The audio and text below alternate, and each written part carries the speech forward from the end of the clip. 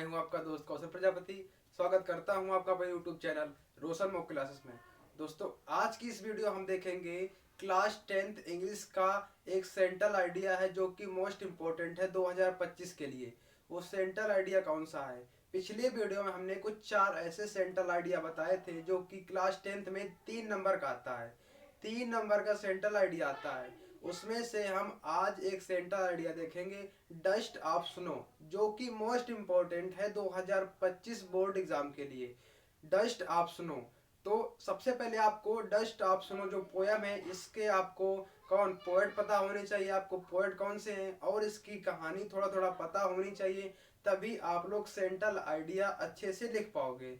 जब तक आपको इसकी कहानी नहीं पता है तो आपको सेंट्रल आइडिया समझ में नहीं आएगा। तो सबसे पहले आपको हम बता दें कि इस पोयम के पोएट कौन है। रॉबर्ट फ्रस्ट हैं। रॉबर्ट फ्रस्ट इस पोयम के पोएट हैं। ठीक, इसकी कहानी क्या है? इसमें जो कवि होता है वो कहीं जा रहा था तो एक पेड़ के नीचे आता है।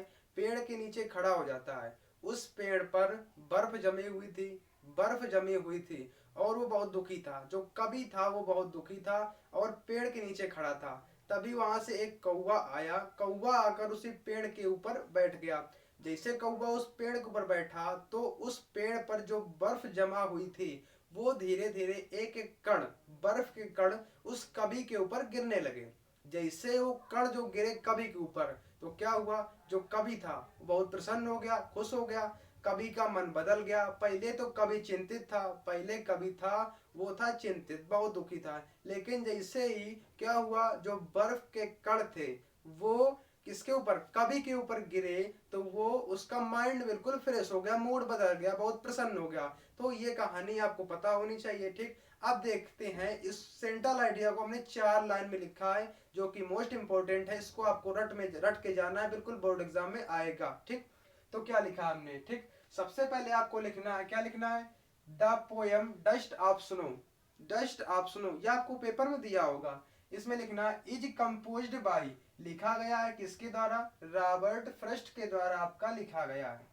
इन दिस पोयम, इस पोयम में क्या हुआ है? द पोएट वांट्स टू, कवि चाहता है, क्या चाहता है?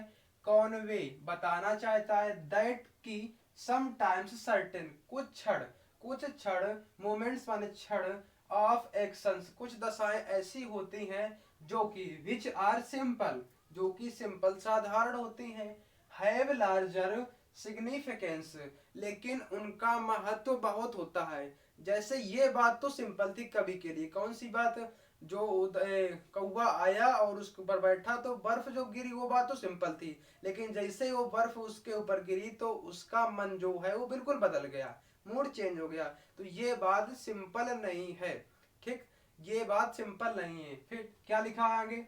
आगे लिखा है they can change the mood off life a person, ये क्या कर सकते हैं? एक व्यक्ति के या जीवन के उसका मूड चेंज कर सकता है। ठीक, the way of crow shakes down dust of snow on the poet inspires and give him the idea to shake off his depressive thoughts, become cheerful and show something useful. ये आपको 4 line में central idea आपको लिखना है। ठीक, इसका मतलब क्या है?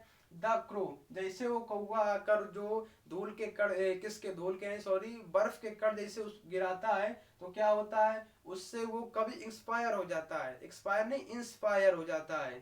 ठीक, तो क्या होता है इसके बाद? जो डिप्रेशन में था डिप्रेशन से बाहर हो जाता है क्योंकि उसे खुशी हो जाती है। तो बस ये 4 लाइन में आपका है ये।